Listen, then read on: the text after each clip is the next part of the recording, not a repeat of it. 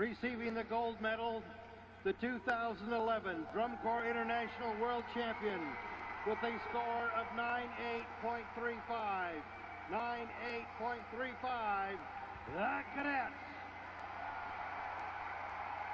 Anthony from Rutgers Marching Band was a cadet, and I remember he said to me, he's like, "Hey man, do you march drum corps my freshman year?" And I was like, "No, what's drum corps?" And then he was like, you look like a cadet, you should audition and stuff. And I checked them out, and I had heard of them, because in 2008 I had actually seen it in theaters, but I kind of put it to the back of my head.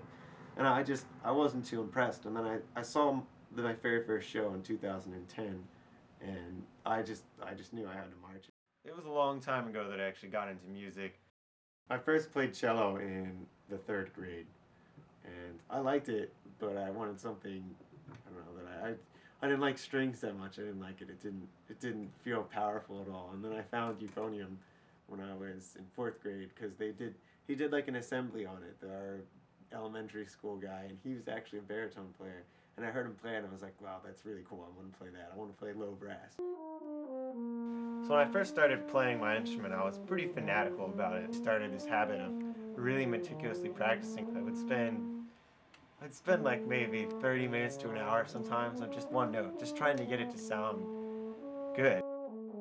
I realized like how much I wanted to be playing with people that were just as good as me. And so I got to college in Rutgers Marching Band, concert band, nothing special. And then I did the Bushwhackers, UB from Rutgers. He actually was like, you should do Bush, we need your help. And I was like, oh, that's cool, I'll do it. And so that was just my first taste of drum corps as an activity.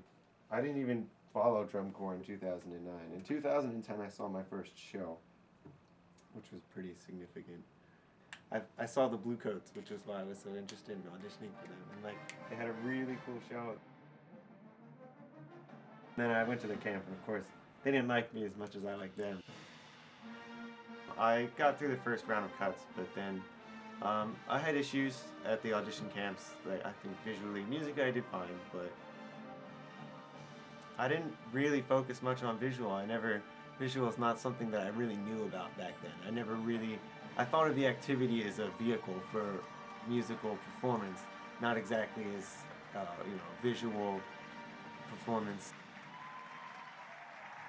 I got cut from there, and Anthony is a good friend from Rutgers, who actually was one of the ones pushing me to get into the activity. And I told him that I didn't make it, and he actually said, there are some spots at the cadets if you want to come out for it. And I said, I'll do anything.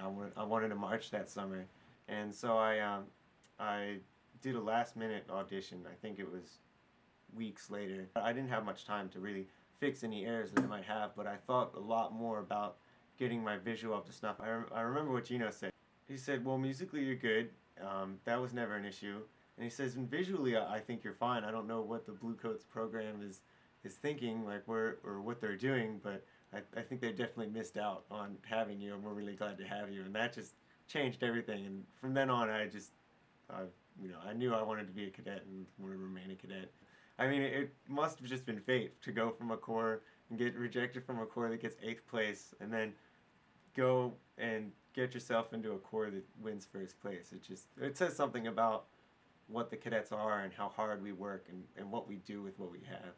The cadets is a drum and bugle corps. Drum corps is similar to marching bands, but we take it to a new level, almost like with military discipline. Spring training is about a month long, and it's all day, every day, for 11 plus hours a day of rehearsal, and that basically is getting us physically fit and ready for tour, as well as, obviously teaching us the show, getting our music memorized, making sure we know what we're doing when we start hitting the buses, because once we get on tour we can't rehearse as much as spring training. We're on the road often, we've got a show every day. We prepared for weeks on end trying to get that show together, and the shows is really just a culmination of all that.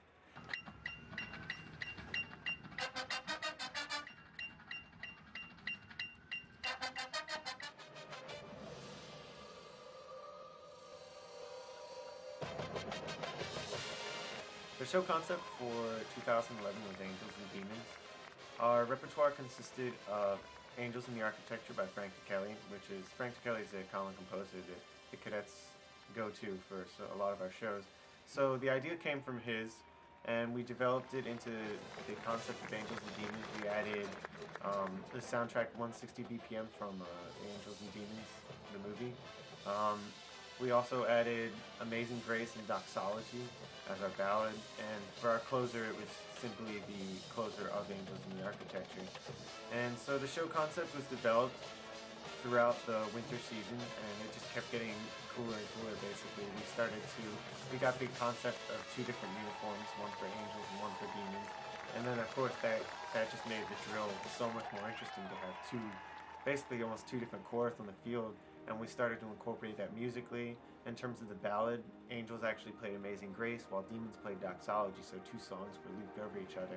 And what was actually really cool about that is at the end of the ballad, both factions started playing Amazing Grace, and it was like kind of the unifying moment of the show. And it was kind of the turning point where Angels started to win and whatnot. And our opener, Angels in the Architecture, is very, in a jazz sense, avant-garde, very atonal.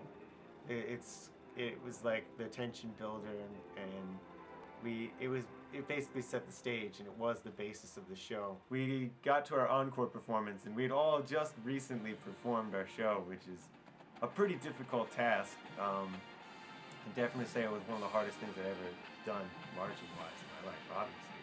I haven't had much experience before, but doing a second run-through in quick succession, it takes a lot out of you. The final performance, a lot of us were having issues, like keeping up with things, and it was harder too emotionally. We had just done, what we had been working our entire summer for. Now we were trying to do it one more time with legs that may not be in the best shape. So it was a nervous event, but in a way it was kind of a conclusion and a finality to my summer. It was awesome. But in drum corps, you age out per se when you reach 21. It basically boils down to the fact that this year, 2012, was my last year in March, and it was pretty cool to go into it as and get a world championship within just the 2 years that I've been marching. It's a cool thing, and a lot of other cadets experienced that this year. The age out process is, in a way, it's for some people it's kind of traumatic. It's something they're very, very much they want to keep doing the activity. There are options. You can march in DCA corps, as we call them, and they're all age corps, but they're nowhere near the caliber of the junior corps. And it's for some people, it's especially the people auditioning that don't make it. Sometimes they'll audition on their age out and they won't make it in, and it's kind of a sad thing because they never get to experience what we were able to experience. Personally, I'm looking forward to my age out. I have other things I have to do. I'm a chem major. I'm not really a music major, so it's kind of the reason that I'm just marching both of my years is the fact that I can never do this ever again, and it's something you really need to finish out. Our corps director, his mantra is kind of teaching us to be better people through drum corps, and that's kind of what he always does that. He is his big thing this last season was just doing things. Don't make excuses for yourselves, and I mean it relates highly to drum corps.